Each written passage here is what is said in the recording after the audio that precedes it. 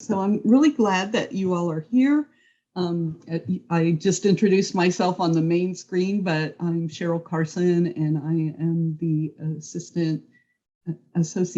executive presbyter to Central Florida Presbytery. And I'm glad to have you with us. So I'm going to advance my screen here, hopefully. There we go. So I'm gonna, there's all sorts of different expressions on the screen. And as a means for us to do our introductions, what I would like to do is have each of you select an expression that best suits how you feel about volunteering at this point. And so I will tell you, can you see my cursor if I point here to the lady with the frizzed hair and yeah. Yes. So that's who I'm sort of feeling like at this point. I have felt like I have a lot of plates spinning all at the same time. I am slowly letting some of the plates either drop or just stopping them intentionally. So that's mine. Let's see, Herbert, how about you? Which expression which row is it on and how far in? Use Herb, please.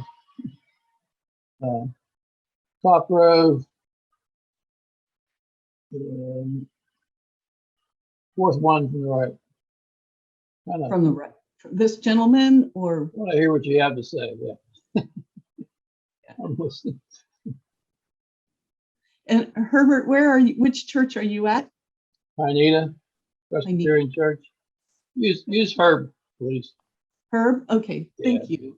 I wasn't sure because it has Herbert in your name box, so I wanted to. I don't know where that comes from, because usually it comes from my wife's name because it's her computer. I almost called you Herb when you first came in, and I thought, well, maybe he actually goes by Herbert, so I didn't want to presume. But thank you for that. We will be more less formal then. How about you, Haskell? If you'll do your name and which church you attend, and also which expression. Okay, Haskell Walker from Pineda, and I would go with the lady in the lower left corner. She looks apprehensive. So are you finding yourself being asked to volunteer for some things that you are not quite sure you're ready to tackle? I'm always being asked to volunteer for something, but it's more like, there's a need and somebody needs to fill it, and it seems like a lot of times I'm the one that gets picked, but not always. Yeah. Okay, Barb, how about you? You have to unmute, so.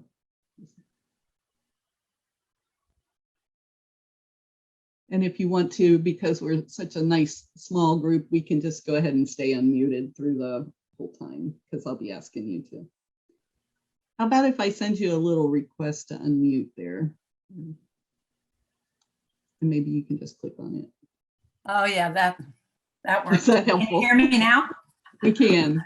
Okay, I want the third row, the second one in, the girl with her hand on her forehead. And why is that, Barb? I'm thinking, oh my gosh, what have I done now? What have I volunteered for? That's all. And Barb, will you share which church you go to? Yes, I go to Rockledge Presbyterian Church. All right, well, thank you for that. And move us to the next screen. Any kind of luck? All my little things are not working to advance. There we go. Okay, so we're going to look at, did each of you get the handout from me? I'm hoping. I see Barb has it.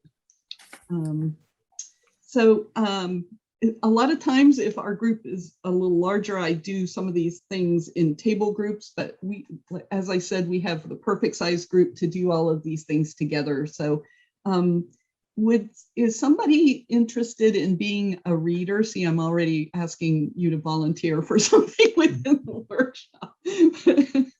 I'll probably be asking you for other things as well throughout the workshop, but Would somebody be a reader of the Jeremiah 1, 4 through 10 scripture? Sure, I can do it. Thanks, Barb. Mhm. Verse number, okay, Jeremiah 1, 4 through 10, verse number 4. Now the word of the Lord came to me saying, before I formed you in the womb, I knew you, and before you were born, I consecrated you. I appointed you that says propheto? Oh, a prophet too. I forgot to Okay. tell you. I forgot That's to what I make was the wondering. correction. It went together. Prophet to the nations. Then I said, ah, Lord God, truly I do not know how to speak, for I am only a boy. But the Lord said to me, do not say, I am only a boy, for you shall go to all to whom I send you, and you shall speak whatever I command you. Do not be afraid of them, for I am with you to deliver you, says the Lord.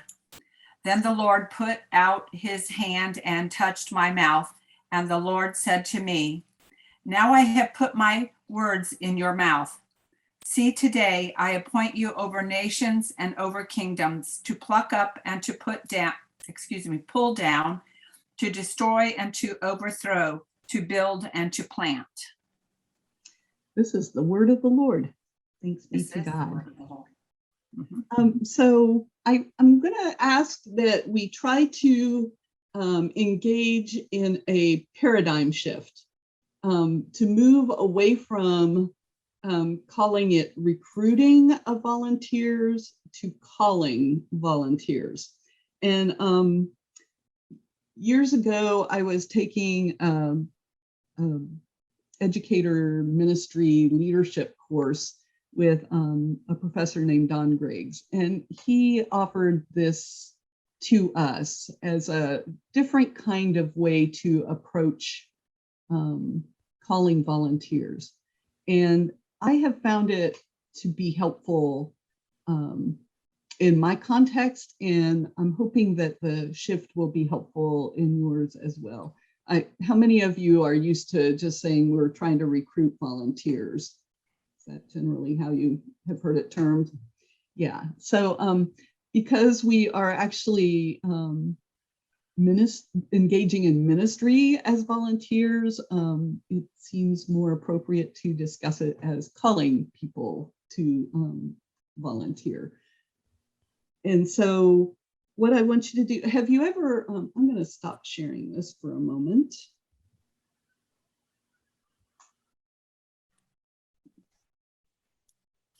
I think I may have skipped over a slide, but anyway, well, let me go ahead and leave this on for just a moment.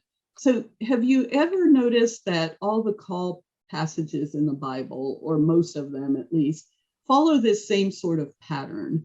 The person is called, God assures them when they are reluctant or express why they aren't gifted enough to participate. God tells them how they are going to be equipped, and then God shares with them what their mission is going to be. So we think this is a really good plan for our own guidance for calling people to volunteer within the church. So let's look at the Jeremiah passage that you have in front of you. So what was God calling Jeremiah to do? I'll give you a hint, it's in verse 5.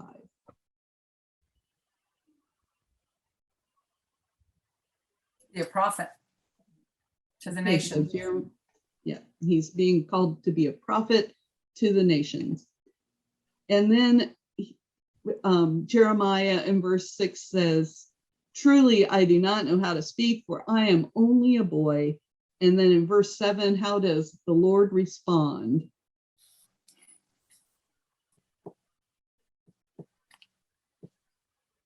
It says, Lord, I'm with you. Right. Help and deliver. Yeah, so he says, don't say you're only a boy, and for you shall go to all to whom I send you. Yeah. And that I'll be with you is the big thing. And then So that's also part of his equipping, but the big equipping comes in verse 9. He starts by putting his hand on Jeremiah's mouth, and then says to him, now I have put the words in your mouth. So he's equipping him by giving him the words that he will need as a prophet. And what is his mission going to be? Verse 10.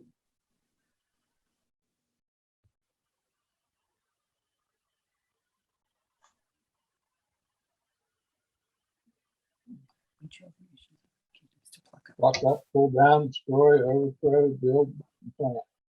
Great, great. So you can see how this works. So what we're going to do is sort of walk through this whole thing in similar fashion with how we actually call and invite people to be volunteers in our situation.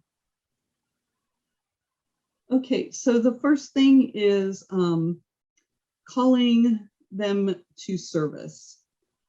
And I want to first consider the mission. So I know that's the last thing on the list in the call pattern, but do you all have a mission statement for your church? And then the second part of that question is, do the ministries or the volunteer positions that you have align with what your mission statement is? So how many of you have mission statements in your church? I'm not going to ask you to recite them, so don't feel too. Because I was trying to think, if you asked me, I would remember. That's okay. That's okay. I'm not going to put you on the spot because I wouldn't be able to recall ours either right at this moment. But so one of the important things is to remember that the missions, that opportunities that we're calling people to should align with the overall mission of the church. And that hold on to that thought as we move further into the workshop, because it may come to have some bearing on some of the conversation that we have later on. On your second page in your handout, you will see that you have a job description that I actually used this when I was doing youth ministry at Rockledge Presbyterian.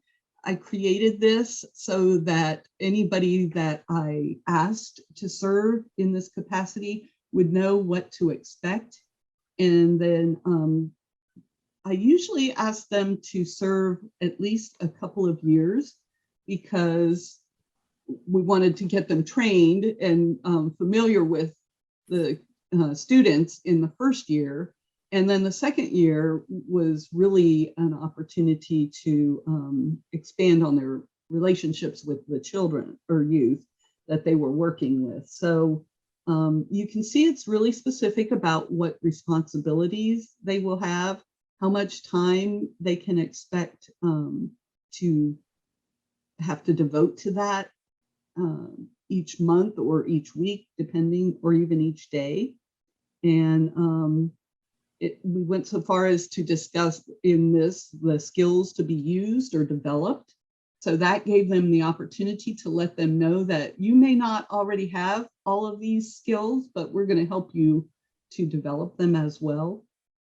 And then what the membership of the committee will be, how we're going to offer training, and what benefits there are. So you will return to some of that as well. Do you all have job descriptions for positions that you may have within your congregation? Have you ever taken the opportunity to develop any of those things? It was all verbal when I volunteered to be the communication elder. Yeah, so at least if because I know from my husband's experience of being asked to be a deacon, he said they told him, well, Bill, all you'll have to do is show up for the monthly meeting. And so he was like, okay, no problem. Well, then when he showed up for the monthly meeting, he was given a list of people to contact, and there was that expectation that he would minister to them, he would follow up with them on a regular basis, and so that is what we want to try to avoid, is just underselling what the position really involves. So have you all had that occasion to be asked to do something and they'll tell you like one responsibility, and then when you get really into it, you find that it's much more involved than you were expecting? Does that happen to you? Yes. Okay, so the next Yeah, thing yeah. is to discern who you want to call. So I like to work on this with more than just me. So not thinking that I have to be the only one to discern who we should call. So recently I've served as the elder and chair of the Faith Formation Committee, and it's our responsibility to ask people to serve as Sunday school teachers or all sorts of different volunteer activities. And it was much better when we had more than one. Oh dear, I have a different person now. Hi, Sonia. Hi. I joined. Okay, well, welcome. So we are just discussing the call process for volunteers. And so we've just gone over the job description that I created, and then we also are talking now about discerning who to call. So what I find is that it's really helpful if you have a group of people to do this, because your knowledge of people is going to be broadened. Sonia, I'm getting a little feedback from your computer. I know. I can hear it too, but I don't know what to do about it. I'm not computer savvy at all. Will you know how to unmute if I mute you? Oh, maybe I got it up too high. The little thing is, yeah, unmute me. Okay, I'm going to mute you, and hopefully we can get you unmuted afterwards if you know how to do that. Okay. All right. Anyway, so when you all are in responsibility, Herb and Haskell and Barb and all of you, have you been in positions of needing to call somebody to be a volunteer? Yeah, I'm in that position right now, actually. Okay, so have you had to arrive at who that person or persons might be, or have you had a group of people to help you do that? I've been given suggestions. Right now we're trying to expand our tech team because we have a lot of responsibilities there since we've started live streaming a few months ago, and we're still getting our feet wet and determining, exactly how many people we need on the team and what responsibilities they need to have. So that's kind of what I'm looking at the moment. Okay, and so maybe you can, if you don't mind, just engaging in this conversation with me, and you can tell me if you want to stop at some point. But have you all sort of shared names of people that different ones of you are aware of have gifts for that particular thing, or that you think might be good to develop those gifts in? Yes, I've been given some names that I'm going to contact probably the next day or two and see what their skills are and how they can help out. Okay, great. So that's one way I would suggest, trying to discern with a group. And also prayer is really, I know it sounds like such a cliche to say that, but to actively involve yourself in prayer throughout the year even is really helpful, so that even though you may call like Sunday school leaders, in July or August for the following year, you may begin to be aware, either by the Spirit's leading or just by seeing how people are responding in different ways. You may come to a realization that there are other people out there who would have gifts for this kind of ministry that you might not have been aware of before. So I'm a firm believer in the Holy Spirit leading you to people, because I've had it happen to me before. And then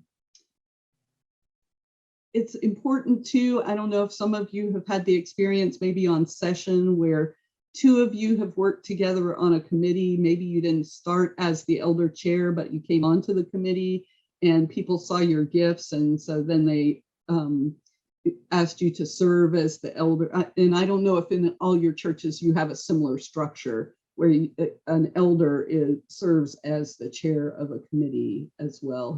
Do others of you have that? If you want to raise your hand, is that similar? And then Haskell, I know you have a specific ministry which you do well for the technical team there at Piney. I'm not sure I do it all that well, but it's one I've been tasked with. Well, it seems to I have try. worked when I've been there with you. So as long as it works, then that's a good deal.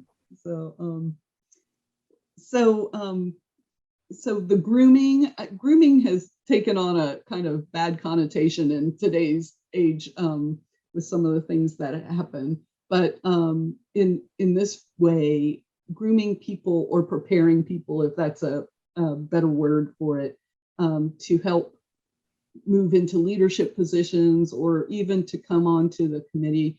For example, the committee that I just stopped as chair of, we have a member who's on the committee who has moved into that chairmanship position. And so she was on with me for a year and so felt like she could assume the leadership role. So that's important to think about that. Now, when you go and ask somebody, or when you ask somebody, how are you doing it? Because do you ask by email? Do you call them up, or do you ask them in person? Which ways have you tried? I prefer in person myself, although telephone is probably the next one. And so Haskell, that's great. Why would you suggest? And Sonia, I'm going to ask you if you want to unmute. Oh, I can't get you. So that you can be involved in the conversation too. There, good job. I can hear everyone's conversation. Okay, so if you have any input, how would you go about asking somebody to be a volunteer? I don't have a problem because I know most of the people and I've volunteered for them. And so I've got plenty of people that I can call on and they're all very good about helping, which is very relaxing. Okay, so I would advocate for what Haskell said, although Sonia, it sounds like you may know people, a lot of people, and have relationship with them. So, but for people that you may not know as well, but that you're asking them to serve, Haskell, I'm with you that the personal approach is the best one, I think. And why have you found the personal, like the face-to-face one, to be a better approach? Well, usually it's when I'll usually ask them when I see them in church, which is kind of a better environment, I think. They're kind of more receptive at that point. One of the problems with doing it over the telephone is there's so many people get so many junk calls now. A lot of times they won't answer because they don't recognize my number. They won't answer it. So you get in the phone tag business that may go on for who knows how long. Right. So I just find it's in a lot of cases it's best to start out trying to contact them in person. And then maybe email is a third possibility. It always seems it's a lot harder to refuse when you're spoke to in person than it certainly is very easy on an email to say no. And probably in that order, emails, phone calls, and then in person is the best way. Usually people are less reluctant to refuse a personal invitation. Yeah, thanks, Herb, for that. The one thing I do think is really important is to give them enough time to actually hear what you're asking them to do and then encourage them to actually pray about it for several days or a week or whatever they feel like they need to really discover for themselves if they feel like God is leading them toward that. And I know a lot of times we're almost desperate to have somebody volunteering in a certain position or role. And it's our inclination to want to try to really do the hard sell on them. But at the same time, I think it's helpful if you approach them in a way that encourages them to actually evaluate how that fits in, if they have the time, and if they really do feel like God is calling them toward that. So that would be something. And then obviously after I ask them that, then I follow up in a couple of days just to see how their pondering or praying has been going. You don't want to scare them away. Right.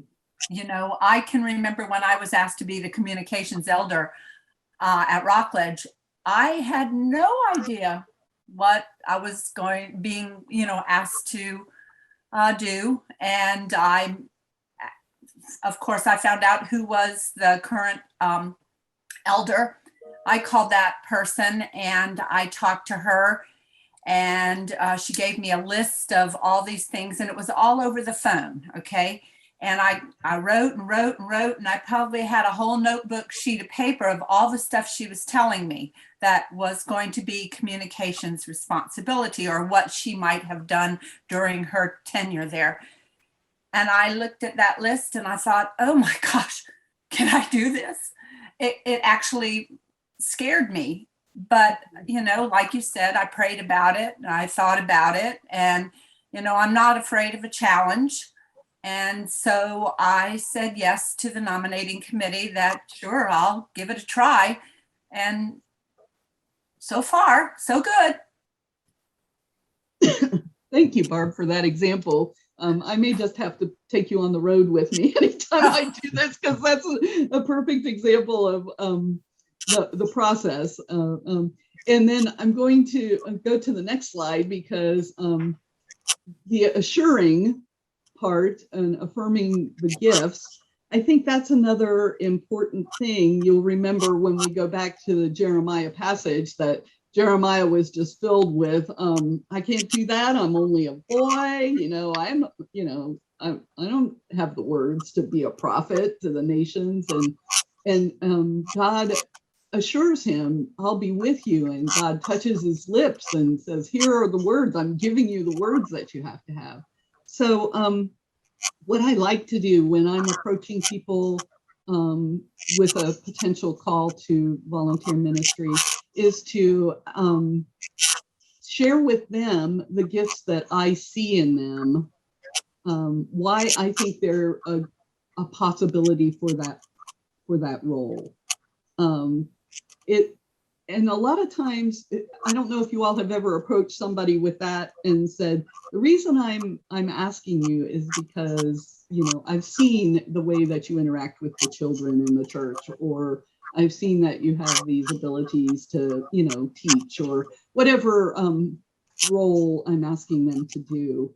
And people sometimes will come back and say to me, sort of like what you said, Barb, where it's like, I'm not sure I have these gifts, but that somebody has recognized in you gifts that would be well suited for a position that they're asking you to do.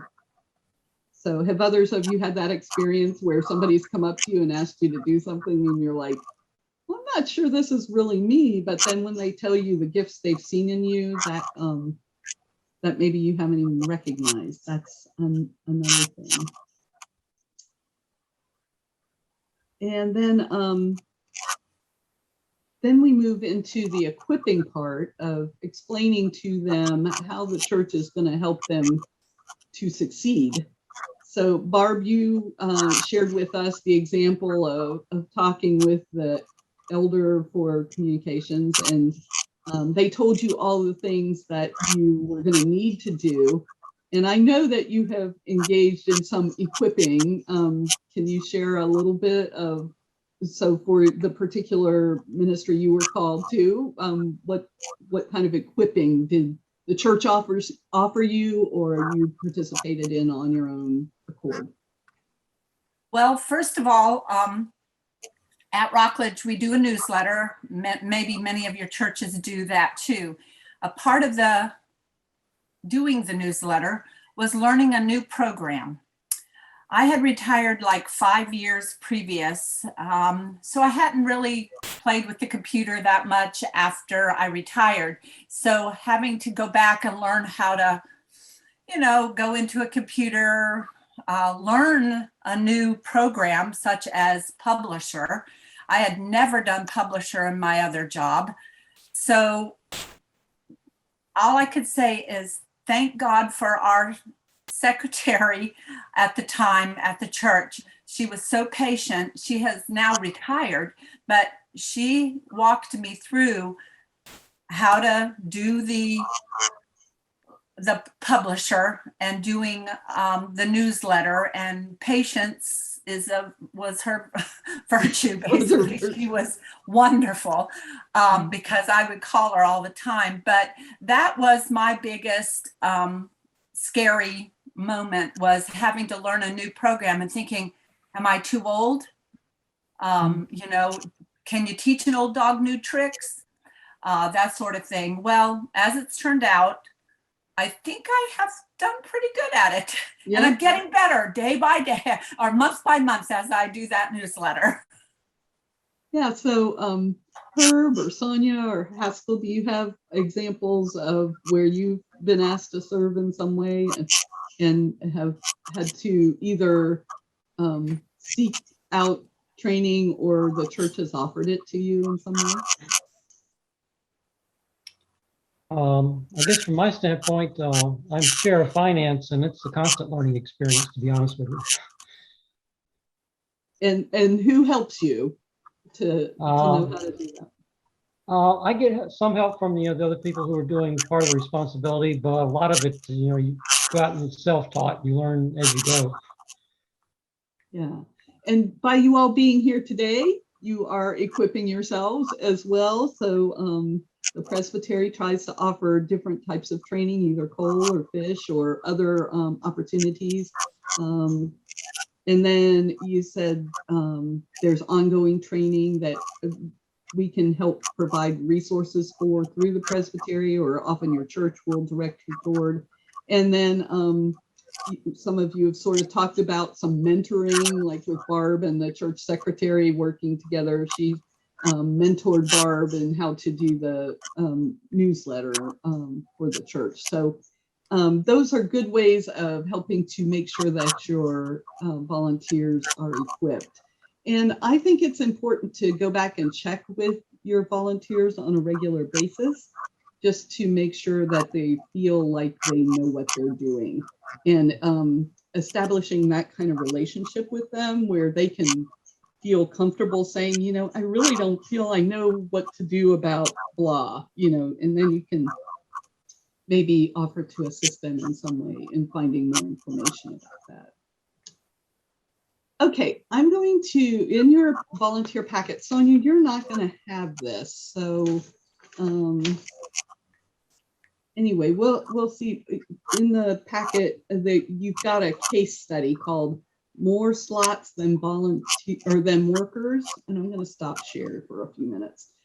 Oh, Gloria, when did you pop in? I'm sorry, I was limited to like 4 people, and so I didn't see that you had joined us. So welcome.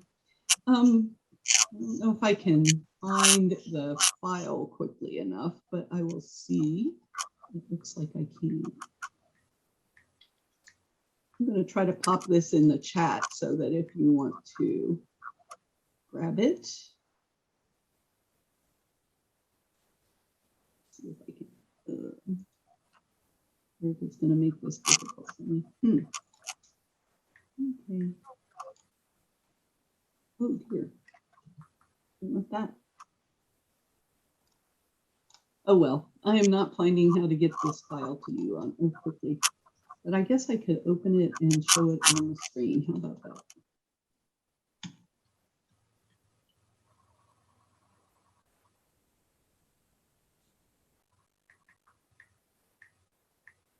All right, sorry about this. I'm doing a little finagling here. Okay, so this is the case study. How many of you find that you've got more slots than you have workers to fill them? Yeah. So we're going to read this case study, and in this situation, often I will just invite people to read it silently, but I'm going to maybe go ahead and read it aloud for you, since we have a couple of folks who don't have the case study in front of them, except here. So with Sunday School Children's Church and a Wednesday night program all running, Carla struggled constantly to staff the children's ministry at Slow Meadow Church. Carla needed 91 workers for the 3 major ministries, or she would have if she had found 91 people able and willing to work every week. She didn't, so Carla divided some of the jobs into once-a-month obligations. Now she needed 187 workers. I asked Carla, do you have 187 people at Still Meadow who feel called to work with children? She rolled her eyes.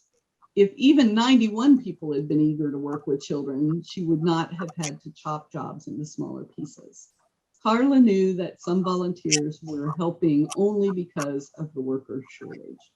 So here's the question that they posed for this thing, and then we're going to explore a little further. But what's the key issue here? Not enough workers or too many positions to fill? Or is there another possibility? I'd say it's too much work for one person to try to get 91 people. Okay, so there's that issue. Too much responsibility for one person to try to do all that. Who else?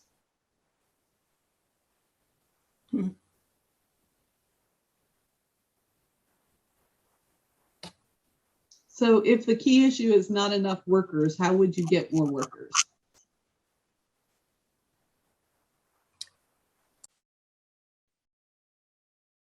Just to put out the call and, ask. Okay. Like and being an usher, that's, there's 2 people in my family, myself and my husband. Yes, I'm on fellowship, and I'm on communications, and my husband's on the preschool. But, I talked to him and said, hey, we could be an usher. It's just periodically. It's not an every week thing, but, you want to do it. And in this case, he said yes. So I'm going to be an usher. And so is he. Great. Okay, so what if the key issue is too many positions to fill? How would you reduce the number?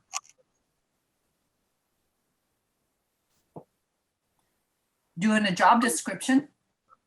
You'd have to do a job description to see maybe there's maybe some of the things that young lady is looking at. Can another committee potentially take some of the, I hate to use the word burden, but I'm going to use the word burden off of her. Maybe there is another committee that could help with some of what she's struggling with. Okay, any other thoughts before we go to the rest of the story? Well, to me, they could, try to combine some of the positions that is related to each other. Okay. Yeah, so that sort of piggybacks, thanks Gloria, with what Barbara was saying too, that maybe once they start doing some job descriptions or actually looking at the positions, maybe some of them could combine too. So Barb was saying maybe some other committee could help, but maybe some of the positions could actually be combined rather than separating them like she had done and ended up creating double the number of positions to be filled. All right, well, let's look down and see what actually happened. Carla streamlined the children's ministry. Though the church had grown to 650 in worship attendance, they were still using a small church class structure, small classes with solo teachers. Carla combined the children into large groups of 20 to 30, with each group led by a ministry team, including a master teacher. Even more important, the church moved from 3 children's programs, Sunday school, children's church, and Wednesday activity night, to 2 by creating a double session Sunday school and Wednesday night program incorporating worship. The church went from 3 mediocre programs to 2 superb ones and needed fewer workers. In restructuring, the 187 slots were cut to just 60. With fewer slots, Carla lined up all the workers for the fall programs by June, which was a first. When a ministry has strong called leadership, but not enough volunteers, it's time for a new strategy. Okay, so we're going to consider together these questions. Are there ways to simplify the program, sharpening its focus on doing 1 or 2 things very well rather than doing many things?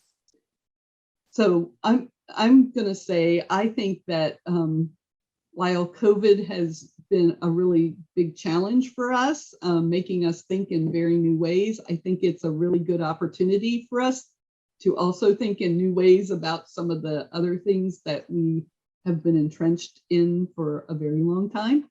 And so can any of you think that there about something maybe in your church that maybe could be simplified in some way, or are there programs that maybe should actually be done away with that are using up a lot of people? Are there ministries that don't fit in with what your church's mission statement is? Can you think of anything? Well, I know last year we sort of combined a number of ministry teams, so we have fewer of them now than we used to. We've like shared some responsibilities that were separate before. Can you give us an example of maybe one of them? That can you think of one just right off the top of your head?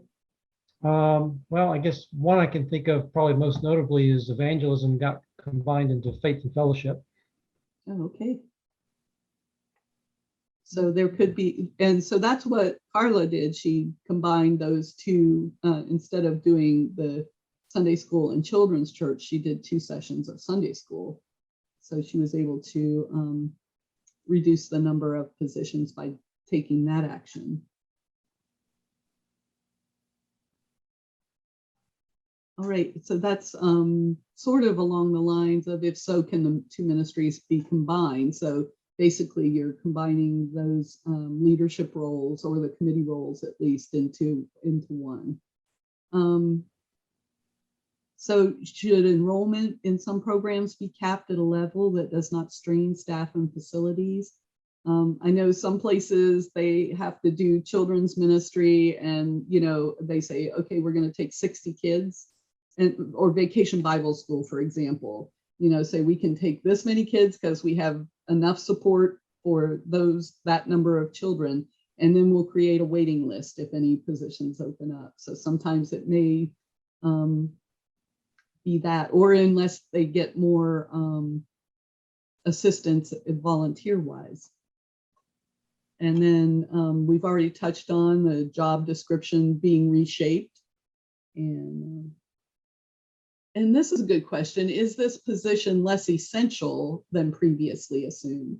So are you finding maybe within, and I'm posing these questions, and these are sort of for you to just ponder within your own ministries. Like, are there places where maybe even over time or due to COVID, so like in our church, I would say that we have found that the usher position, we have found ways to work with 2 instead of 4, just because we're collecting offering in different ways than we were pre-COVID.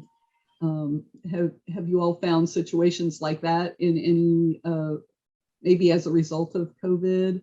Now, Haskell, I imagine that you found that you need more volunteers tech-wise, because now, as you were saying earlier, there are more things to do since you're live streaming. So in some ways, you may have to shift where the person power is going, by finding that some things are less essential, but other things have elevated in their needs. So any other ideas y'all have from your church context?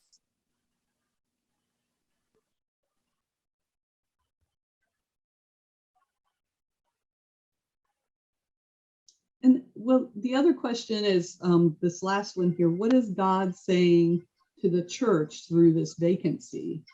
So I've had on a number of occasions somebody say to me, well, if we can't fill the position, maybe we need to just do away with that particular ministry.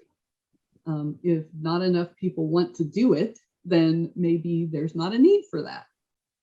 It feels really harsh to take that tack, but it does actually give you an opportunity to think, to sort of evaluate whatever that particular thing is. Have you all found that at all? Has anybody ever said that within your church? And can you think of an example that speaks to that?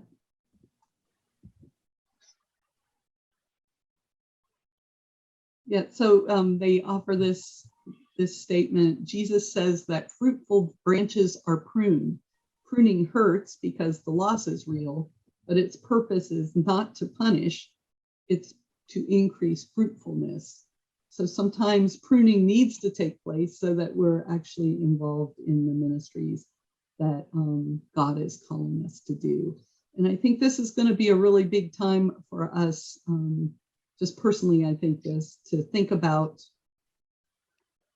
I think that our churches have had a real eye opener with the coronavirus and some of the things that we've had to learn and some of the things that we've had to do in new ways as a result.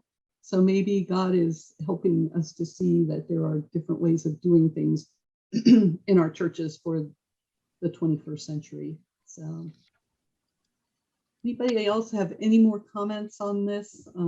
It says, have we ever pruned a ministry?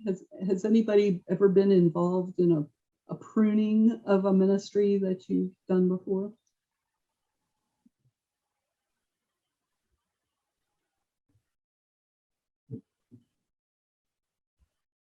Well, I haven't been involved in it, but I'd say the youth ministry has been pruned basically just because there aren't any children.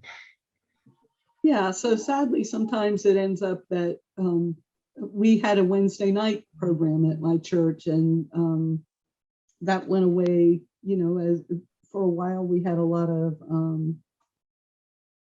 you know, folks involved, a lot of adult parental support, and slowly it dwindled. And so it became to the point, well, yeah, we'd love to do it, but there were no children participating, no families participating. And so it was pruned because of basically lack of use. Are there other ways that you've pruned a ministry? Maybe not completely eliminated it, but changed Yeah, it? that was like we also, Pastor, we combined made one service when there was two, had an early service and a later service. It became instead of 9 o'clock and 11 o'clock, it became a 10 o'clock. One combined service that, you know, it was mainly because the attendance at the early service was, when you took out the number of people that were required to be there for whatever reason, you probably had 7 or 8 people in addition that were, you may show 14 people, but you actually only had 7 that were there because of the service. So it kind of combined the 2 into 1. I think that was part came about by COVID. That was the reason for doing it, but it really appears to be the smart thing to do at this point. Yeah, so that's an example of if you have too many people, you prune to one worship service, which I'm sure was painful, like it says, pruning is painful. But at the same time, it's restorative to your volunteers. In terms of if you're asking people to do too much and don't have enough people to do the things that are required, rather than doing 2 worship services not as well as they could be done because you don't have the support for them. It would be better to just prune as y'all did and use the people power that you have to accomplish that. Of course, it all comes down to, at least my opinion, and I've seen it in several churches, is the old 10% rule. It's, you got 10% of the people doing 100% of the work, and when you're only talking about 100 members, well, that brings it down to 10 people. Like in this Herb, example. thank you. You have done a good job of setting me up to move into the next topic. So let me stop sharing this. Any comments on that little exercise and anything that's come to mind, or any ways you can think of where pruning might be helpful, or other creative ways of either reducing slots or combining slots or just whatever? Any examples that have come to mind? Okay, I'm going to move on back to the PowerPoint then. Let's see. See if I can get it to move. Okay, so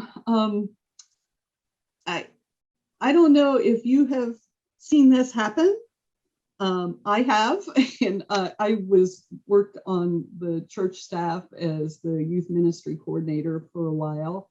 And we had this amazing young couple, and they wanted to be not only the youth Sunday school teachers, but then they also were the youth group advisors.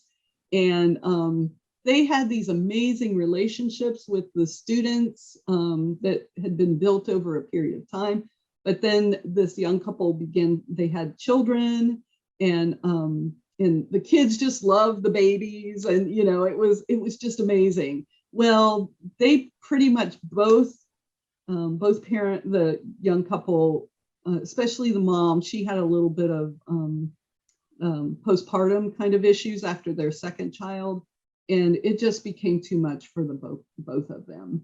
And I have to say, I'm really sorry that I had not been astute enough at that time. Now I recognize burnout really well. But at that time, I was just like so thrilled that we had good people working with the youth that I just didn't recognize it. So one thing that's important is to recognize volunteer burnout. It could be, and they sort of expressed that they almost felt like they, even though their relationships with the students were fulfilling, sometimes they felt like they weren't appreciated fully by the church, which really just broke my heart, because we really did, but we weren't doing a very good job of expressing that to them. Sometimes it may be that a job is not a good fit.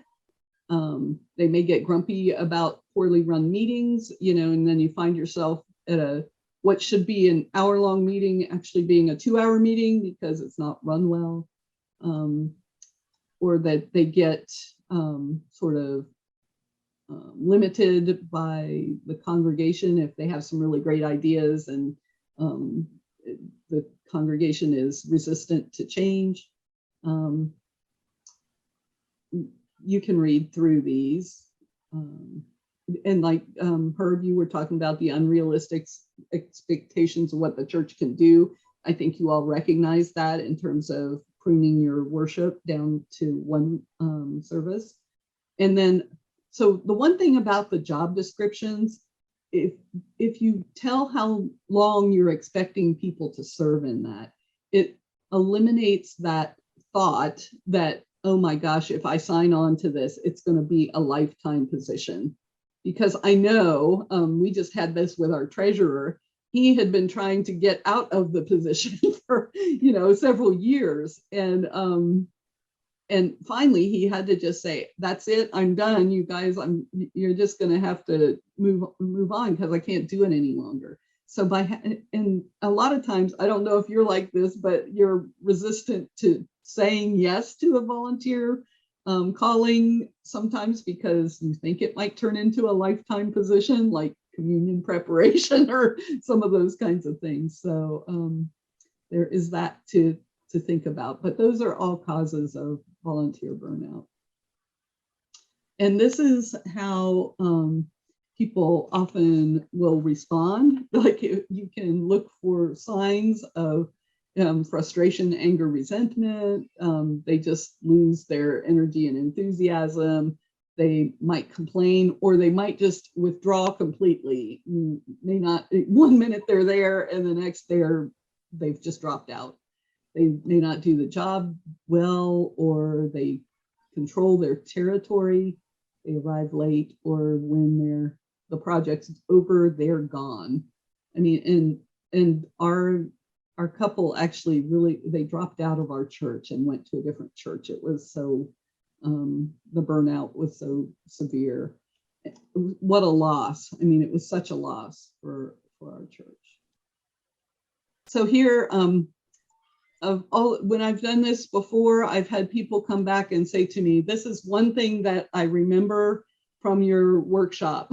And this has been years ago. It's called the 2.5 hat rule. And so I would encourage you to utilize this and offer this to people within your church. So 1 leadership position hat, okay? Just be in leadership of one thing.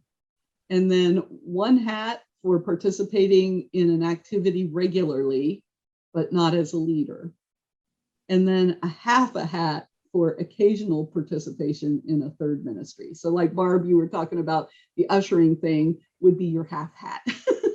Yes, so I think you've got lots of hats there. I think you may have the 2.5 though. You said 1 for I do. I have the communications elder, and then I participate in the fellowship as a committee member. And then now I'm going to do the usher piece with my husband. So yeah, I'm there.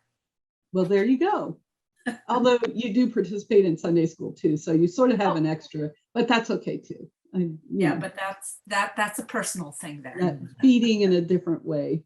Yeah. Anybody else? How are you doing with the 2.5 hat rule? Do you have more hats than that, or are you sticking pretty well? You have to know your limitations. You really do. Yeah, I find myself using that statement quite often. You have to learn to say no. I had to learn how to say no when I was in a real, I hate to say it like that, a paying job, okay? I had to learn to say no. My husband said, you can't do that. Yeah. So I had a colleague who came into my office one day with a Post-it note, and she stuck it to my computer screen. And you know what it said on it? It said, no. And she's like, I want you to use that. And periodically it'd say no. So it seems like what I do is, and I don't know if it, and you all can tell me if you do this as well, but I tend to start acquiring hats. And before I know it, I have way more, my whole hat rack is full. And then I start divesting hats. And I begin to realize like I have got way too many hats, and I've got to start dropping them off. And we need to be able to let people do that. If they are astute enough to recognize that they need to drop a hat or two, we need to allow them time to do that. That doesn't mean that at some point they might come back and don a new hat or don the same hat again, but people need time just to regroup. So any of you had that situation where you found suddenly that you're like wearing all these hats and you just can't do it anymore? Can you think of an example in your own life where that has happened? called retirement. That's called retirement, and then you start all over again. Yeah. Yeah, so retirement does open itself up to, once you tell folks you're retiring, you do become the target, don't you, for, well, since you're retired now, you should be able to do 5 hats instead of 2.5. Yeah. Anybody else? Oh, I just discovered I can scroll down my slide in a new way. Sorry about that. Oh, so let me go back to this for just 1 second. So I think it's really helpful as well to consider evaluations, either formal or informal, like the end of the year, just to sort of sit down with folks who are volunteering and either, you know, find out from them how they are experiencing the fit, or if they are liking their position. Now, if you're noticing like some of the burnout signs, or if you're hearing from people participating in a ministry that it doesn't seem to work out, then you're going to need to have some of those conversations sooner. If you're the one that's, and again, it might be helpful to have it where it's not just one person who's having the conversation. And if you can get your pastor, oh, go ahead, Herb. I was going to say, that was going to be my question. Who is the person that does that, or persons? You know, it seems to fall on the pastor, probably, is the person to sit down with the leadership and review that kind of thing. But that's always interesting. So as an elder, I have done that with some of my faith formation folks. Like I sort of help with the Sunday school ministry, and so I check in periodically with the different Sunday school teachers, just because one just started recently and like this year, and I keep asking her. She was great though, because at the very start she said, I'd like to just sit in with the teacher a few times and see how I feel about it. And so she has done a very methodical process of being part of it.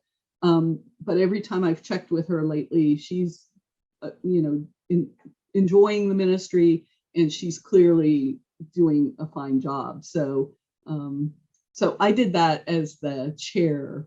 Now, I also was the worship chair at one point, and I had a really tough situation. I wanted to share this with you, where a woman had been involved in communion prep for many years, and she had gotten to the point where she was sort of supervising the communion prep teams, but she had run into the issue of she had dementia, and she was beginning to be challenged in how she led the group.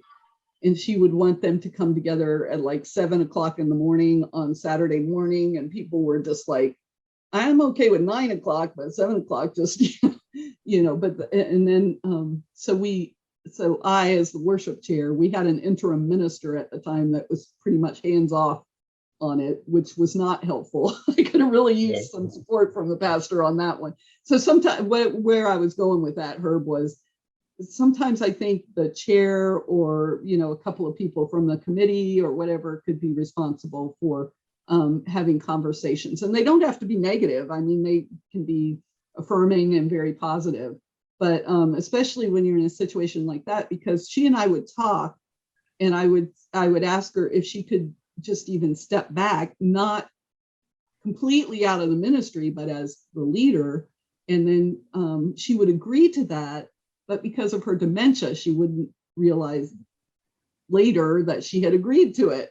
And so then she would just accuse me of all sorts of, you know, mean-naturedness. And so finally I was able to, and her family did not recognize that she was, you know, as far along in her dementia as we found. So, anyway, there are times where it's just a really difficult situation, and that was one of them. And eventually it finally worked out because, her family realized, and they placed her in an assisted living facility. But it was really tough, and it was a really painful thing because she was such a faithful leader of that ministry. So there are times, and I'm sorry I don't have any really great answers for you on that one, where it'll be difficult, and we try to do the best we can. It's difficult too when you're dealing with volunteers on any level, because they're volunteers. You Exactly. get somebody that's willing to do the work, if they're not doing it the way you like it, and it's a company, it's a different thing. Absolutely. And if you get into a spot where it's particularly difficult, or if you're in a spot where you need to ask somebody to remove themselves from their volunteer position for whatever reason, that is a really good time to have a conversation with the pastor, at least. And if they don't specifically step in to help with it, at least you can get their advice and make them aware of what's going on, so that it won't come as a surprise to them as well. So I'm wondering how you all uphold the people that are volunteering in your church. What things do you do to recognize them, or in some way to let them know that you are there to support them, you appreciate them? What are some things that you do?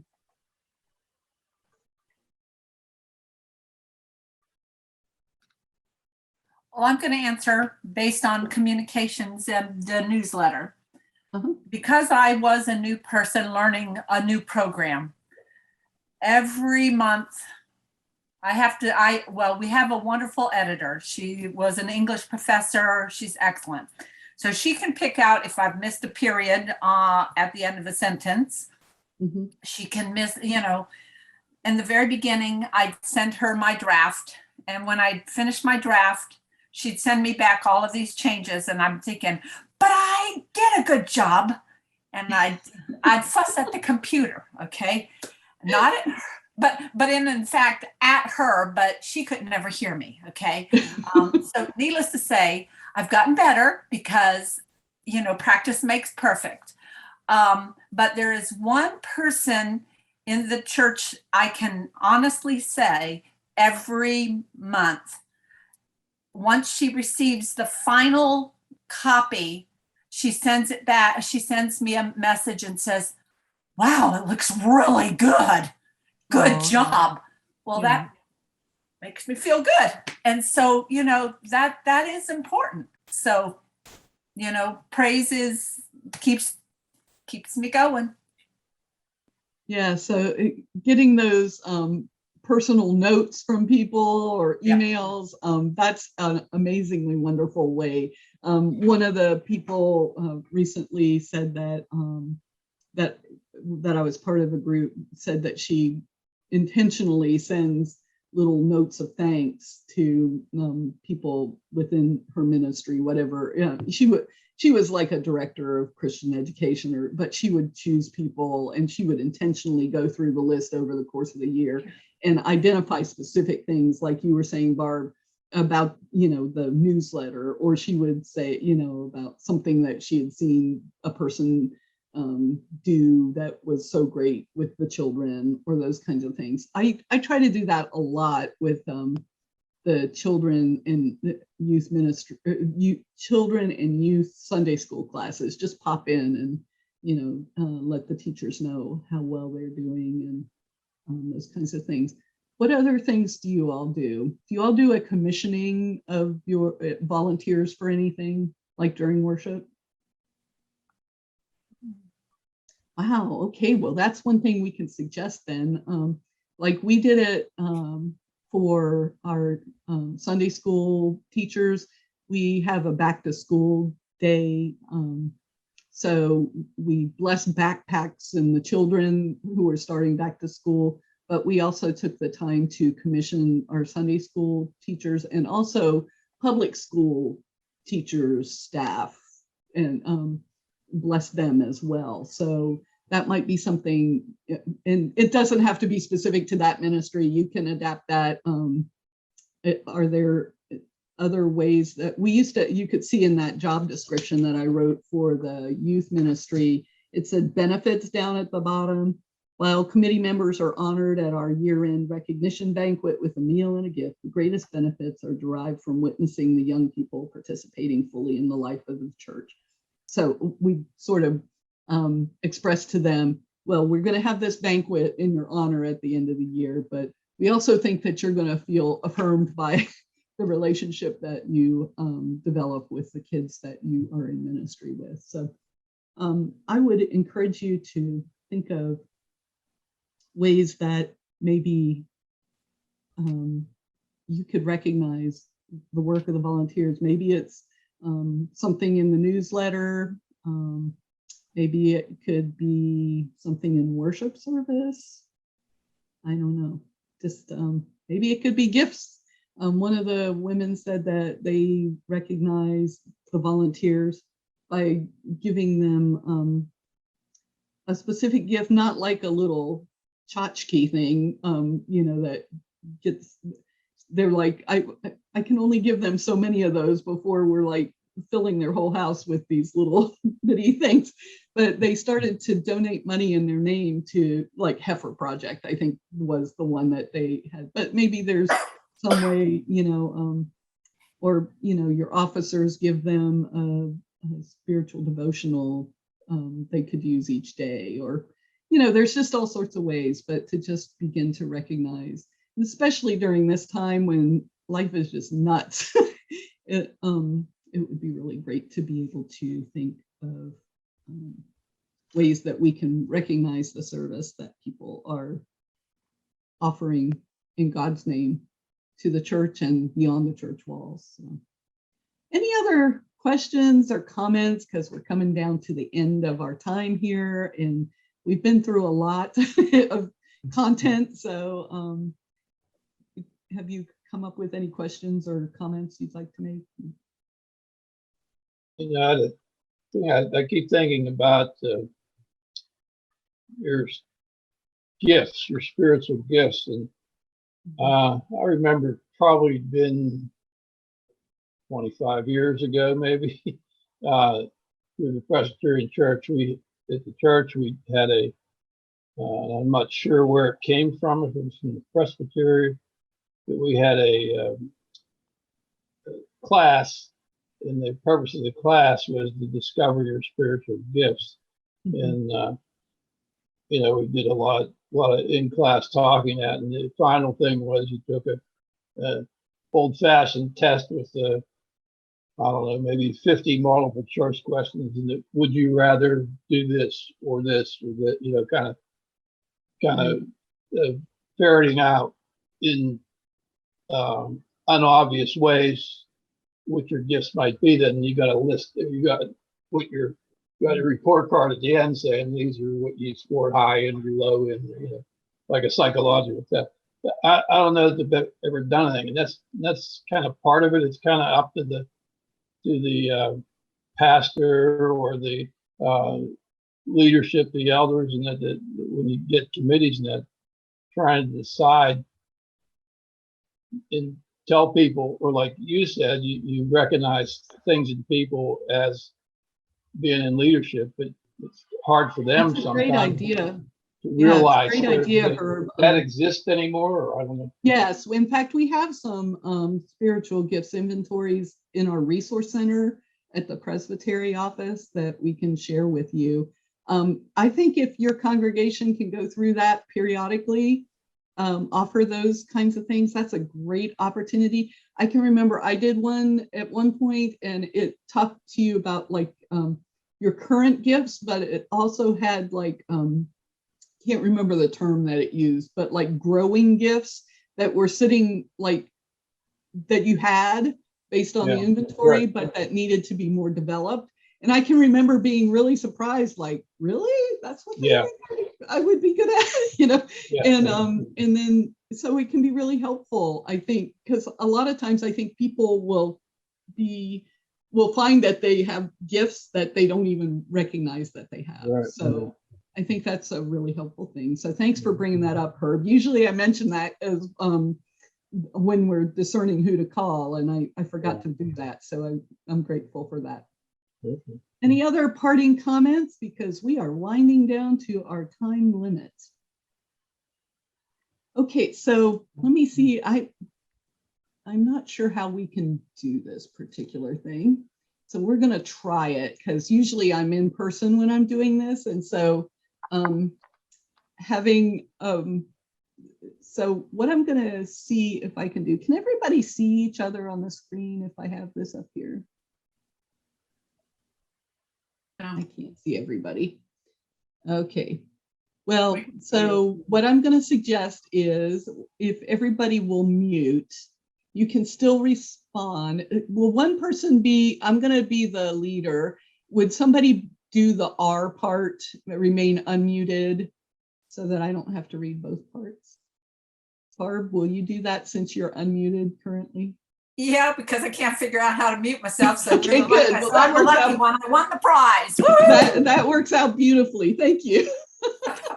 So, all of you, even who are muted, you can still be the R. And if you will read that, even though we won't be able to hear you. I don't know if you've tried to do unison readings in on Zoom or not. It's just nightmarish. So, so let's give that a go. Sonia, I'm gonna mute you again, if that's okay.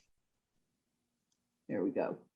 All right, so let's do this litany. And even though you're muted, if you'll read the R parts, and Barb, you'll be the R. Some are gifted as prophets. Help us, O God, to proclaim your word with wisdom and clarity. Some are gifted to be of service to others. You have called us to ministry. Help us to be faithful in our service. Some are gifted as pastors who minister to God's people. Loving God, may we minister to your people with love and understanding. Some are gifted as teachers. We learn from the master teacher and seek to teach your way and truth to those whom we serve. Some are gifted as encouragers. Oh God, help us to be supportive of others in their spiritual journeys. Some are gifted with resources for giving. You have blessed us with so much, and we are grateful to be able to share our resources with others. Some are gifted as leaders. Empower us, O God, to be able to guide others with energy and vision. Some are gifted with the ability to be compassionate. Dear God, may we show empathy and kindness in your name.